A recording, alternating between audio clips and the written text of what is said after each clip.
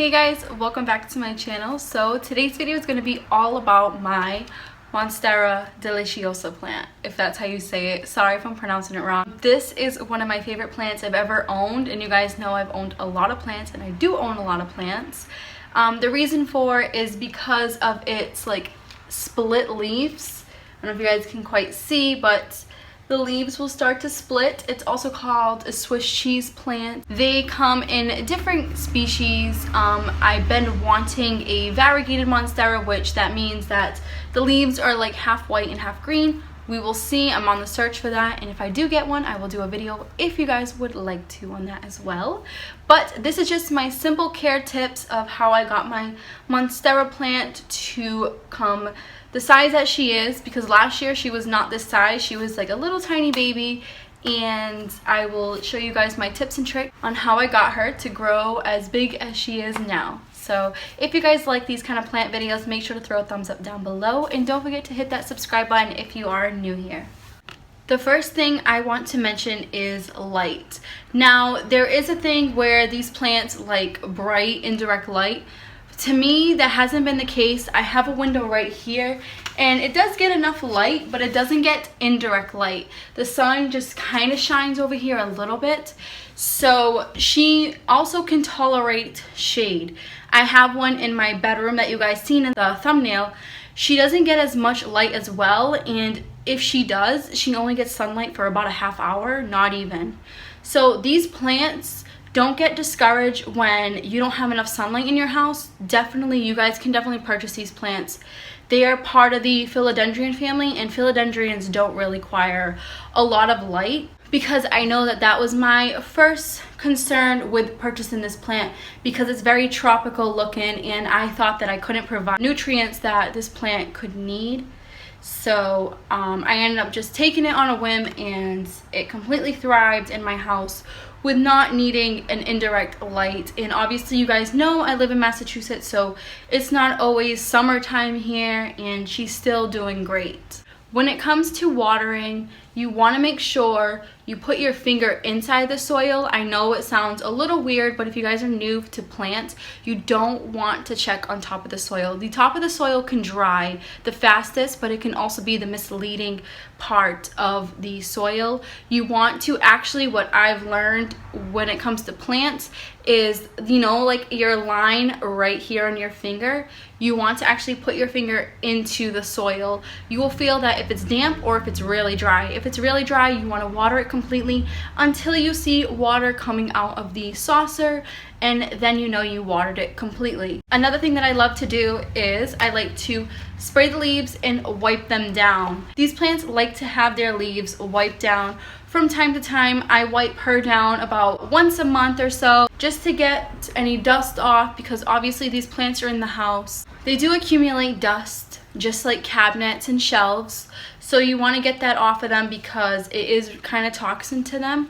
And I wipe every leaf down once a month, and you will see the difference with how fast the plant looks greener, and it looks a lot healthier the minute you wipe them down. The pot size also matters, how big your plant will actually grow. So you guys know I always grab pots, and mostly in all my pots in my house are either small to medium. I don't have like really large pots because it just takes up a lot of space. So with the pots that I get, you want to always get pots that have holes in the bottom.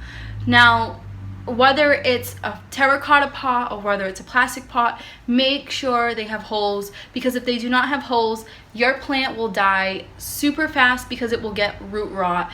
You do not want root rot. That is when you are watering your plant and the water has nowhere to go, so it's sitting at the bottom with the roots, and the roots will get soggy and black, and your whole plant will turn yellow and die extremely fast. Another thing that you have to keep in mind with these plants, you guys, if you have a small apartment or a very small house, definitely keep in mind that these plants grow very large.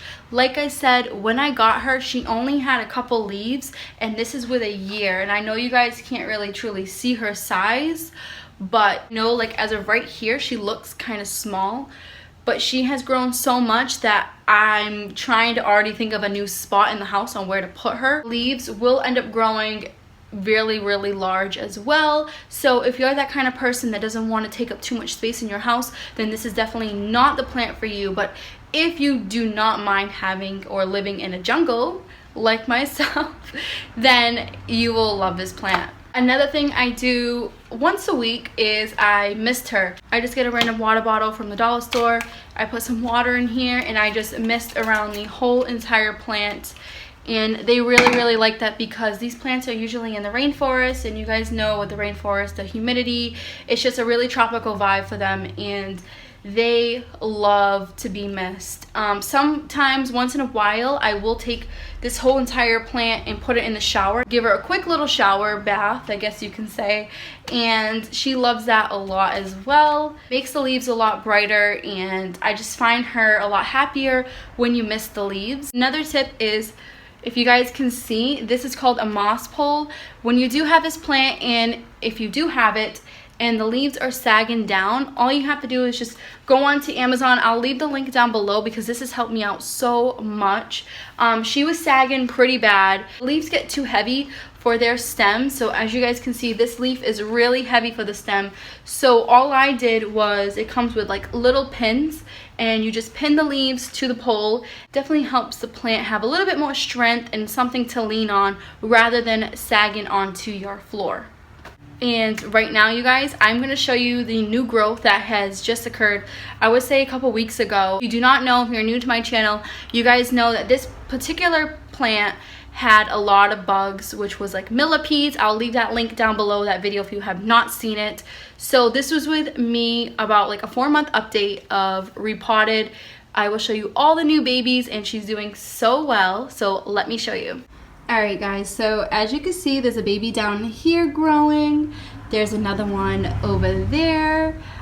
This one just bloomed the other day. That's how you can tell that it's a baby, because it's a little bit of a lighter green. And there's another baby coming out there. There was like a couple more I seen. Yep, here they are. They actually grew a lot taller than I seen them the other day. So this one's ready to be opened. That one opened the other day as well. And so far, she's doing great. I'm super happy that she came back to life. But you guys, like I said, this plant is amazing to have in the house if you have the space. Super cheap as well. These plants go for, I think I paid like $10 for this plant. And the only ones that are expensive are the variegated ones. But hopefully I can find one in the near future. Anyways, you guys, I hope you enjoyed that video. I know it was super short, but it is really simple to keep these plants happy, and I thought I would just share my thoughts and tips on how I got my plant to be this big. But I'm going to let you guys go on that note. Don't forget to subscribe if you're new here. Don't forget to like this video. If you want any more plant videos, let me know. You guys know I have tons of plants in my house, probably about like 12 more species. I'm always at the plant stores just looking around.